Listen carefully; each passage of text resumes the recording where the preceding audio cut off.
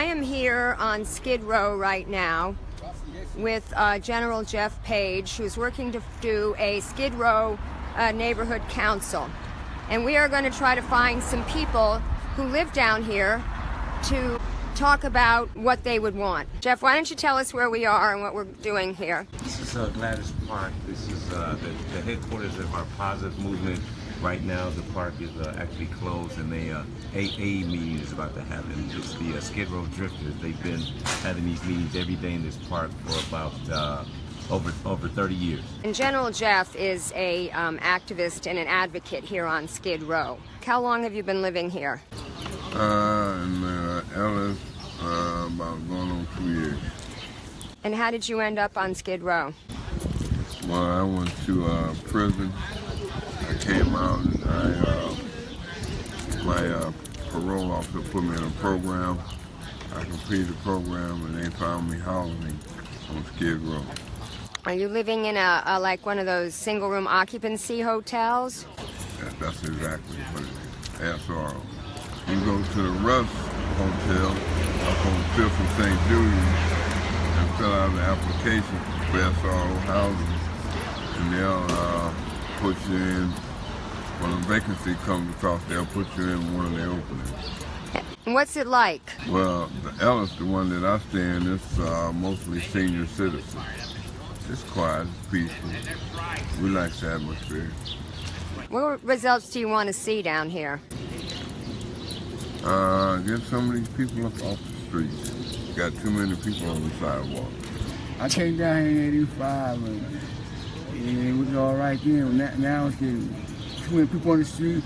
There's too many tents on the street. You can't walk on the sidewalk. Are you living in a tent or are you living in an SRO? I live on 5th Street. So I don't live in that's all right. I used to live in one on the main street.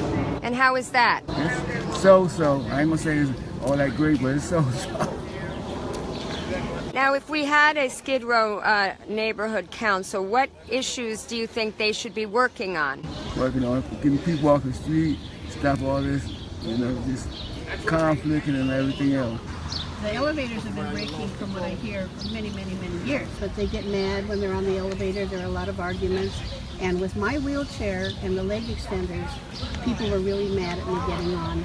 And instead of letting me use the service elevator most of the time, Weingart would make me get on there. And 4 times in 2 weeks I was injured.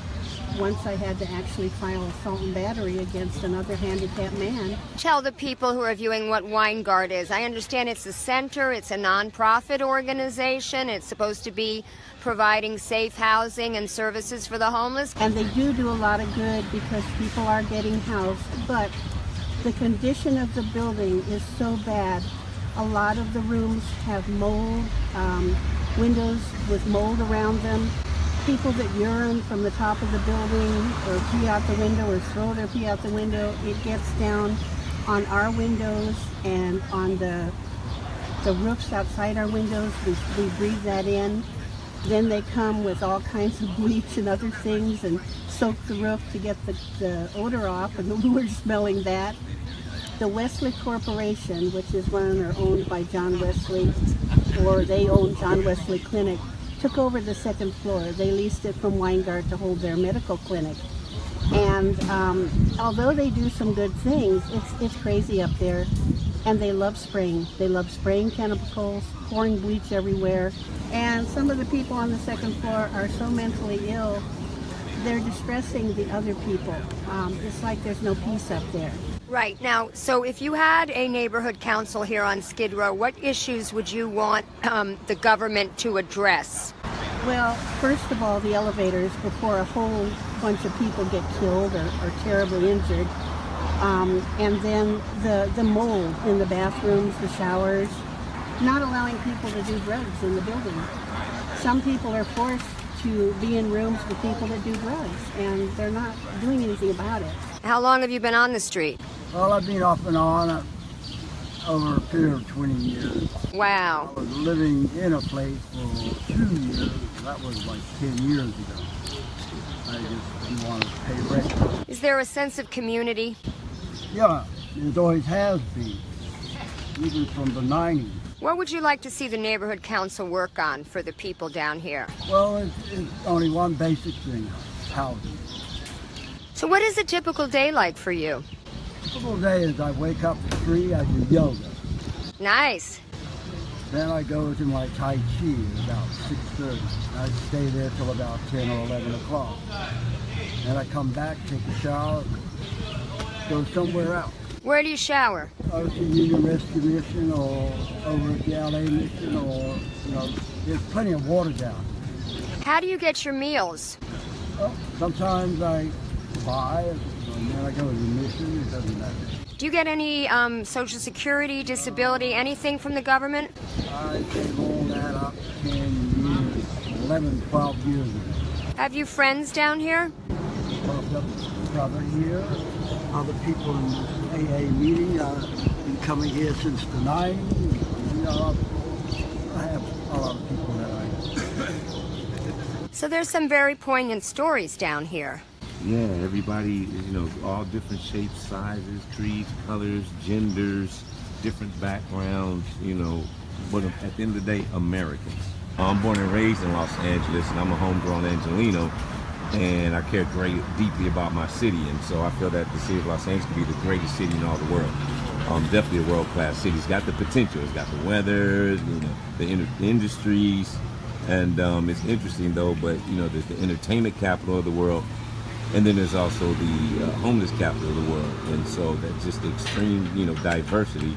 I was in the entertainment industry myself. I'm actually more comfortable in the element of poverty than I am around, folks that are well off. That's just my element. And so, anyway, I had to reduce myself to a state of homelessness just to learn the lingo, learn how to move, the movement, the mannerisms, the mindset, so that I could blend in, and as I return to my life, I could help with my ingenuity and know-how improve the area. So I actually reduced myself to a state of homelessness in South Central LA, near the confines, close confines of home. And then I got brave, a little bit braver, and had 2 bags and came to Skid Row. And so, How long have you been living here? 10.5 years. I got here, moved here in August 2006. I started out on the streets. I lived in the missions. I lived in SRO, and as an outspoken community activist, I was spoken against the poverty pimp nonprofit organizations, the Los Angeles Police Department, who are also, poverty pimping in their own right. Michael Novick, who's an activist, went to the special LA Police Commission meeting on homelessness today. Looks like the LAPD and DA are angling to get funding from the proposition that was passed for homeless services. Oh, I didn't even think about that. Yeah. Thanks, Michael, but wow, yeah.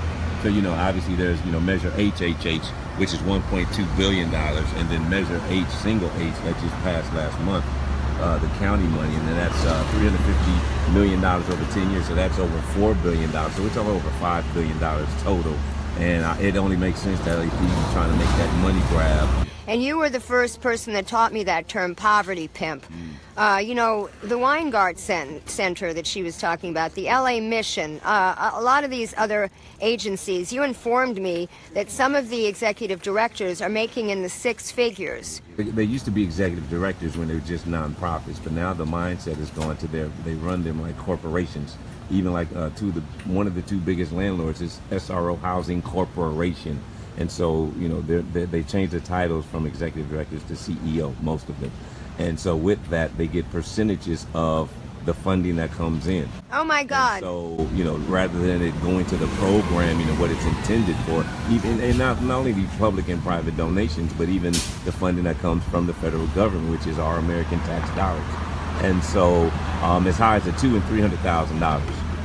Is annual salary. So they're living in luxury cars, living in luxury homes, driving luxury cars, putting their kids through the finest of collegiate institutions, which is great for them. But what does it say about for themselves and their organizations when you look around the community and all you see is all this lawlessness and lack of hope and the despair and death? There's going to be an election in 2 days to form a Skid Row neighborhood council.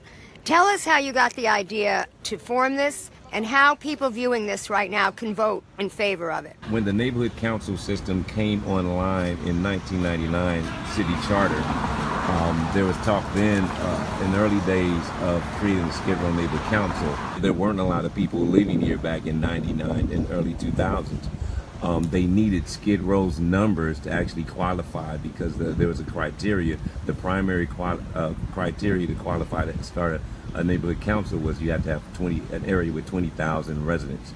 And downtown Los Angeles, while they, excluding Skid Row, they did not have the number. And basically downtown Los Angeles Neighborhood Council absorbed Skid Row into that. So then after further planning, bylaws, borders, things of that sort, the downtown Los Angeles Neighborhood Council came online in 2002. Skid Row's been a part of D-Link, as they call it, since its inception. Here we are 15 years later, and Skid Row is, arguably worse than it was back then, while you see, downtown Los Angeles really being revitalized in a wonderful direction. So now, in the summer of 2014, one of my community activist mentors, Manuel Campito, his nickname is OG. And so OG started the 3-on-3 basketball league, and he and I started Operation Facelift, the community cleanup campaign, and things that we've done a lot of wonderful things to establish our track record as from a grassroots standpoint as Skid Row residents. And so OG got upset and disappointed about all the hoops that he had to jump through for funding to get brooms and trash bags just, to clean up the streets of Skid Row. We're tired of the filth. We're tired of the trash. We're tired of the debris. And tired of the bulky items. Let's get rid of them ourselves. And so he could not secure the funding. And so he said, forget that. It's time to revisit the Skid Row Neighborhood Council move. And so in June 2014, he wrote an op-ed and pushed it out there on Facebook and other social media places. The city of Los Angeles approved our application in January 11th of this year.